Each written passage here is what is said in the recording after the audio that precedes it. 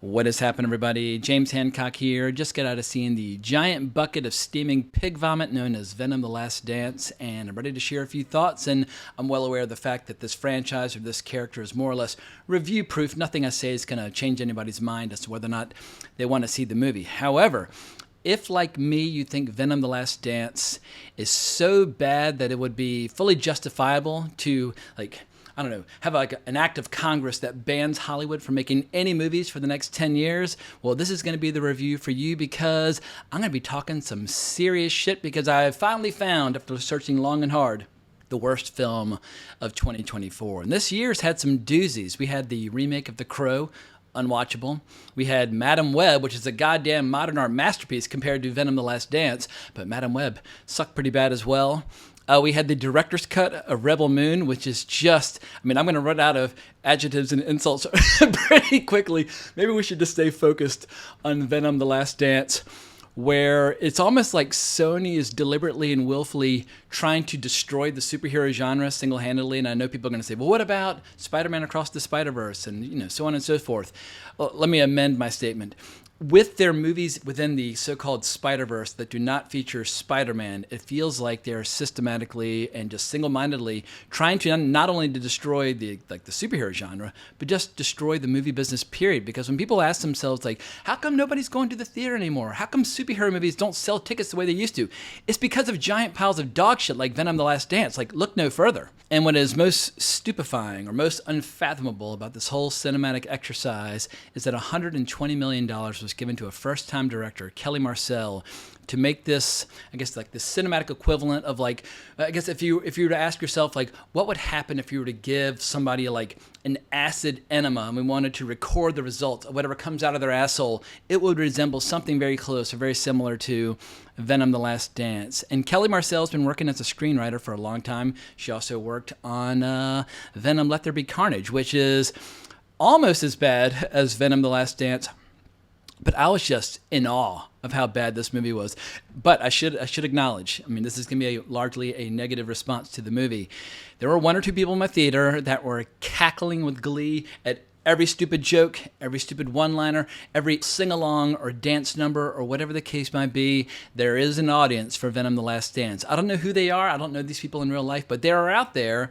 But let's see after this weekend how large the audience is, because I feel like the days of people just being willing to watch any superhero movie just because it happens to be a superhero movie, I think those days are closing fast. And movies like Venom: The Last Dance will only accelerate the process. So who knows? Maybe this will be the movie where it's people finally realize, oh, we actually have to try, and we have to actually come up with a good story and find an interesting filmmaker and actually try to make it with something resembling professionalism or skill or integrity. As I was watching this movie, everything about it just felt so incompetent, so sloppy. Scenes just seem to be missing at random. Lines of dialogue, initially I was like, why is it so hard to understand the dialogue? It's because they've overdubbed a bunch of the lines where you'll see the actors' lips moving, but they're saying something completely different. I imagine they were rewriting this terrible screenplay in post-production and trying to fix all the screenplay's myriad problems. But I guess the biggest surprise of all to me was that in spite of having seen Venom: There Be Carnage and Morbius and Madame Web, I thought my very cynical expectations were more or less in line with where they ought to be from a Sony superhero movie. I had no idea just how deeper the hole would go before we might reach rock bottom. I'm sure there's something, there's always a new low or a new bottom to be explored. But right now, if somebody wanted to ask, what is the worst superhero movie ever made, a strong contender would be Venom: The Last Dance. Although it's not even really a superhero movie, I guess it's an anti-hero movie, because Sony is one of many people out there right now that is turning villains into anti-heroes. And we have yet another one coming our way with Kraven the Hunter in December. There's no way it's going to be as bad as Venom: The Last Dance, but who knows? My morbid curiosity might get the better of me. I definitely will see it. But I can't imagine that it'll be worse than this movie. But one of the most loathsome trends in modern entertainment is taking classic villains and trying to turn them into either misunderstood heroes or misunderstood victims or anti-heroes.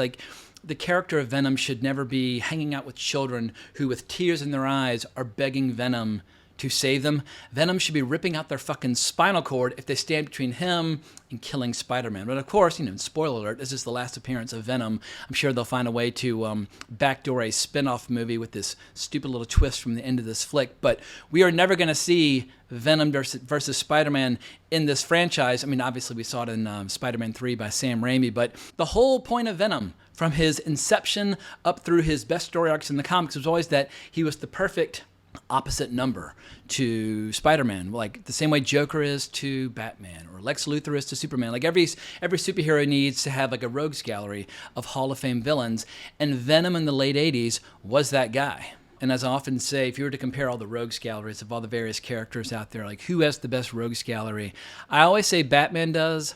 The X-Men have an incredible rogues gallery, but I think Spider-Man definitely has one of the best rogues galleries ever. From the early 60s up through the early 90s, they just kept introducing one classic character after another. And you could probably make a case for Venom being the last great classic new villain introduced into the Spideyverse, or at least in the pages.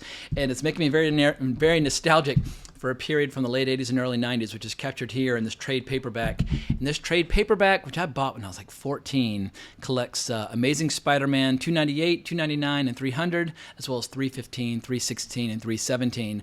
And those are all the appearances of Venom that were drawn by Todd McFarlane back in the day. And as a little kid, it was just a hell of a time to be alive, because for people who don't remember, in 1984, that's when Spider-Man was told by Reed Richards, like, this amazing costume you're wearing, it's actually alive and it's feeding on you. And you had this great kind of separation anxiety issue where they finally got torn to pieces, only to have Venom return in the form of Eddie Brock a few years later. And Eddie Brock obviously had a reason to kill Peter Parker. The costume was pissed off at Spider-Man. It was a marriage made in hell, and they were the perfect adversary for Spider-Man because they both wanted to see him dead. In the absence of Spider-Man, Venom should not exist as a character. Venom should not be a movie franchise. And I've been saying this every step of the way, but people just don't seem to give a shit. They're just like, oh, well, he's funny and he tells stupid jokes and sings songs and dances. I like him. It's like, all right, if you want to watch movies that are the equivalent of biting bubbles in the bathtub after ripping a big fart, that is the Venom franchise. And for me, the stories involving Venom should have ended back in 1991. We had a couple of issues with Eric Larson as the illustrator, where Venom really started to go to the dark side. Like the tongue got longer, the saliva got drippier, and he was talking about eating people's brains and all that stuff. But eventually Spider-Man tricked him into thinking that Spider-Man had died. And then there was one more appearance by Venom, which I liked, in a big graphic novel called Avengers Death Trap: The Vault, with art by Ron Lim, where Venom basically leads this jailbreak in this superpowered prison. It was absolutely fantastic. It's basically the Avengers versus all the villains, and Venom was right there at the center of it. And pretty much I haven't enjoyed any appearance by Venom ever since, either in video games or in live action or animation. Like once again, from 1984 to 1991, Venom fucking kicked ass, and I really have no use for him, especially in 2024 with movies like Venom: The Last Dance. But let me slow down for a second and have a quick glance at my notes just to make sure I don't leave out anything as I condemn this giant stinking shit sandwich from which I had to take a big giant bite, as I'm fond of saying. I watch these movies or I watch these terrible shows so that other people don't have to. But like over the last couple months, I've been talking a lot of shit about Lord of the Rings, Rings of Power. Rings of Power is vastly superior to Venom: The Last Dance. I mean, once again, I guess when it comes to terrible shows and terrible movies, there is no bottom. You never quite know how deep the pit might go, but goddamn, we got to be getting close to the bottom. I mean, I won't survive being a moviegoer if things get much worse. But let's talk about this movie's use of comedy. Like, I mean, what is the opposite of comedy? Some people are going to say tragedy, and I guess it is a tragedy if you sit through this movie, which is actually mercifully short. It's less than 2 hours long. It feels considerably longer, but at least, if I'm going to say one positive thing about this movie, is that it's less than 2 hours long. So bravo, they kept the running time more or less down to a manageable length, probably because they cut so many random scenes. Like, once again, as you're watching, you're like, wait a second, that's kind of a narrative jump. Like, there seems to be like a missing scene, or why were you supposed to care about that character as they die? I mean, this movie, like Rings of Power, has a bad habit of introducing random, disposable, generic characters that are basically background actors, and then expecting us to be sad or inspired when they have a moment of heroic sacrifice. I'm like, we don't even know that character's name? We don't know how they're related to the story. You're trying to shove them down our throats as someone of great dire importance, but we're not buying it because you haven't done the heavy lifting to get us emotionally invested in those characters. And like in the last third of this movie, that happens over and over and over again. And once again, spoiler alert, I don't give a fuck. If you're worried about spoilers, like go see this stupid fucking movie. But we basically have a bunch of Venoms on the loose fighting these aliens, and these aliens are like swallowing them and killing them. And so we got all these symbiotes dying left and right. Nobody's going to give a fuck or shed a tear about any of them, especially the one whose colors are inspired by her love of Christmas. And they don't even have the decency to kill that character. There's this scientist in this movie who wears Christmas decorations in July because she likes Christmas. And I'm like, all right, that's the extent of of her character. She likes Christmas. I'm like, of all the characters in this movie that needed to die, she would be the poster child on that front. But somehow she managed to get to the end of the movie without meeting her demise. But I interrupted myself when I was trying to figure out what is the opposite of comedy. Like when a movie's trying to make you laugh repeatedly and you're just scowling and getting increasingly furious with every pathetic attempt at comedy. I guess this movie, I would describe it as like the antithesis of entertainment. Whatever is the opposite of joy, whatever is the opposite of like the euphoria you feel when a music really hits those special beats and really makes you feel those emotions.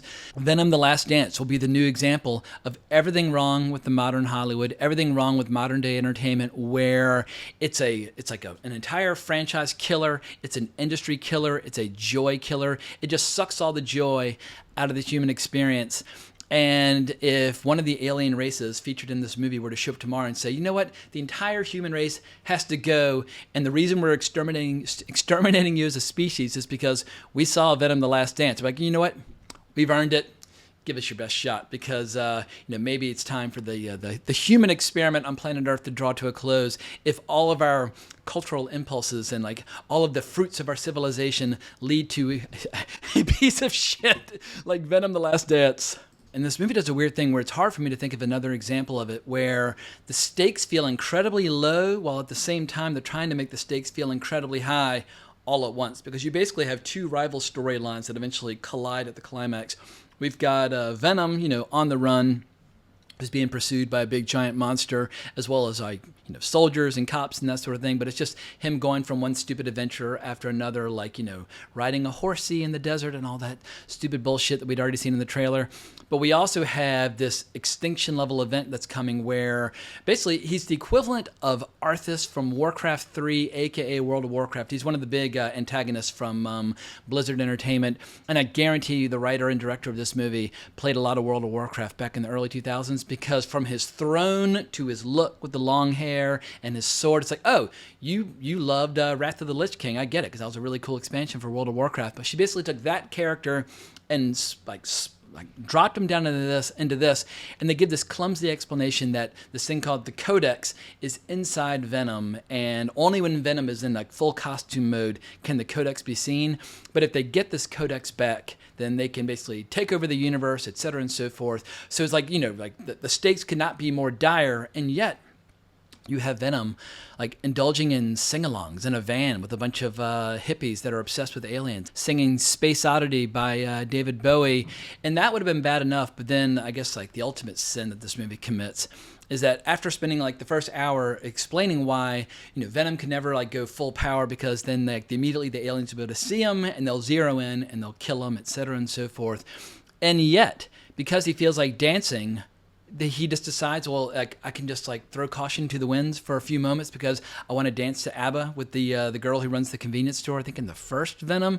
But like they bump into each other in Vegas. I'm like if you want to completely eradicate any stakes that you're trying so hard to set up, and once again, when the movie's serious, it's so dour and so joyless and so generic and so boring. But it's like it's trying so hard to make us feel like, quite like the weight of the universe is on the shoulders of Venom. But he just throws all that aside because they feel like having a stupid dance sequence where he's throwing this girl around the tentacles. I mean, it is fucking idiotic. It's some of the dumbest fucking shit that I've ever fucking seen. And initially I was trying to keep track of all the walkout moments where I had to like resist the urge to storm out of the movie. And I'm more than happy to storm out of a movie, but I really wanted to do a video today. So this is my excuse to do a video, but I lost track of all the walkout moments, like 20, 30 minutes into the movie. There are plenty of walkout moments. You're like, whatever, even if it means getting run over by a car, anything is better than sitting here in this theater enduring this movie. And the movie also has more multiverse bullshit. Like even superhero movies and superhero filmmakers are tired of the goddamn multiverse. It's destroyed DC. I mean, everybody hated it there. Flash with the giant bomb, and it is destroying Marvel. And admittedly, there were some jokes by Deadpool and Deadpool and Wolverine. It was like, guys, like, it's not good. Like, no one's digging it. What the multiverse does to all these Marvel movies is that it basically eradicates any emotional investment we might have in the setting, because you can always just start over with a fresh earth, fresh batch of characters, or find another copy of another character if he happens to die. Like, nothing matters, nothing has any stakes, nothing will endure, like nothing that happens will even be remembered. And we're gonna get more multiverse this coming summer with goddamn Fantastic Fours, because I know the Fantastic Four are gonna be on yet another alternate version of Earth before they come into the official MCU Earth. And in the pages of the comics, you can kind of get away with it, because like, in comics, you might have like the occasional issue that deals with the multiverse, but more or less like the X-Men or Spider-Man or whomever, they're invested in their setting and their storylines, and the multiverse is almost kind of an afterthought, or maybe it comes up like once a year. But we're in a situation now where every fucking superhero movie deals with the goddamn multiverse. Like, stop talking about the fucking multiverse. Like, Deadpool and Wolverine would have been a better movie in the absence of the multiverse. But even the Venom: The Last Dance could have gotten away with not mentioning it at all, because obviously it's not like the official MCU, it's the Spider-Verse or whatever. They insist upon opening with a scene in a bar where somebody's talking about fucking Thanos and losing their family to the blip. I'm like, stop talking about Thanos, stop talking about the multiverse, stop talking about all of this shit. And the list of this movie's problems just goes on and on, but one of the biggest ones is the endless, clumsy exposition sequences. Like, you could be forgiven for one or two where you basically explain the plot, like, oh, here's the codex, the bad guy needs the codex, but if you take the codex, Venom's gonna die, like, we're off to the races. But this movie just keeps explaining the plot over and over and over again. I'm like, well, if you have to spend this much time and energy overly explaining what is a relatively simple story, perhaps your plot fucking sucks. And also, the villain never even actually enters the story. We know, like, in a far-off distant galaxy, the villain needs the codex so that his species can take over the universe. But he never even manages to encounter Venom. Like, it's bad enough that Venom never actually bumps into Spider-Man in these movies, his natural foe. Like, once again, Venom should never exist independently from Spider-Man and their natural adversarial relationship.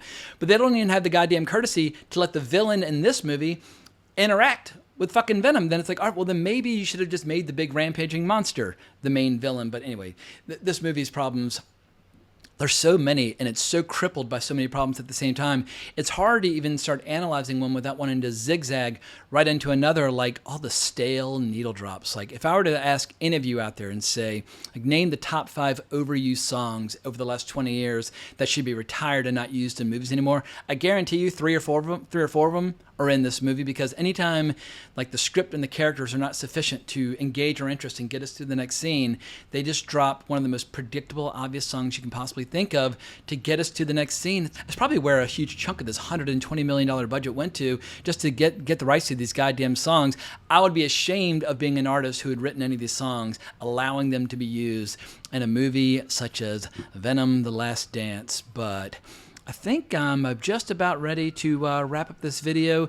The movie does leave the back door open to Juno Temple's character becoming like a female Venom spinoff character, blah, blah, blah. For the love of God, just let it go. Let the franchise die. Let the character die. Sony made a lot of money off the first one. I feel like they kind of got away with murder and nobody threw them in jail for it. They made Let There Be Carnage, where people started to get wise to the fact that these movies are just CGI vomit without an ounce of creativity or humor. And now we've come to the end of the journey. Let's fucking throw a party in celebration of the fact that the franchise is over and move on with our lives. But just to end this video on a positive note, if you want to enjoy the original Venom story arc, I mean, it is spread out over a variety of issues from 1984 to 1991. But the essentials, from my point of view, would be Secret Wars number 8, where Spider-Man first actually bonds with his costume. And then, of course, we got Amazing Spider-Man number 258, where they're separated. Then we have the initial kind of Venom trilogy of 298, 299, and 300, where Todd McFarlane was firing on all cylinders. Then we got Amazing Spider-Man 315, 316, 317. He comes back in 333, and then he finally goes away, or thinks Spider-Man is dead, in 347. If you just want to get back to the original and just figure out, like, why is this character so popular? Why did he, alongside Deadpool and Wolverine and Punisher and so many other characters, kind of dominate the late 80s and early 90s? Well, then this would be your reason why. So when in doubt, go back to the origins of a character, and usually that's where you'll find the best stories. But I think I'm ready to stop talking about Venom, and I think I'm going to retire from talking about Venom, at least until Sunday when I talk about box office. When I'm sure this movie, I mean, not to sound too cynical and bitter, but I'm sure this movie's going to make a small fortune, like fucking $80 million. If it were to fail and bomb hard like Joker Folie à Deux, I would be delighted. I have a feeling that this movie is going to get the final victory, that the ultimate insult to me and my love of the original stories is going to be that this movie becomes a runaway success. Because the first one was, I was like, this movie's fucking moronic, and yet people are just like, it's like when you see those videos of gorillas in zoos, like pulling their own feces out of their ass and chewing on it happily. That's how I feel about like me sitting there in the audience watching Venom: The Last Dance. I don't want to insult other people, but that's how I felt. I felt like a gorilla eating his own feces as I watched this movie. So on that note, I'm going to wrap the sucker up. Hope you enjoyed my temper tantrum. If so, like, subscribe, hit the notification bell, and I'll be back at y'all later on this week. But more importantly, as always, onwards and upwards.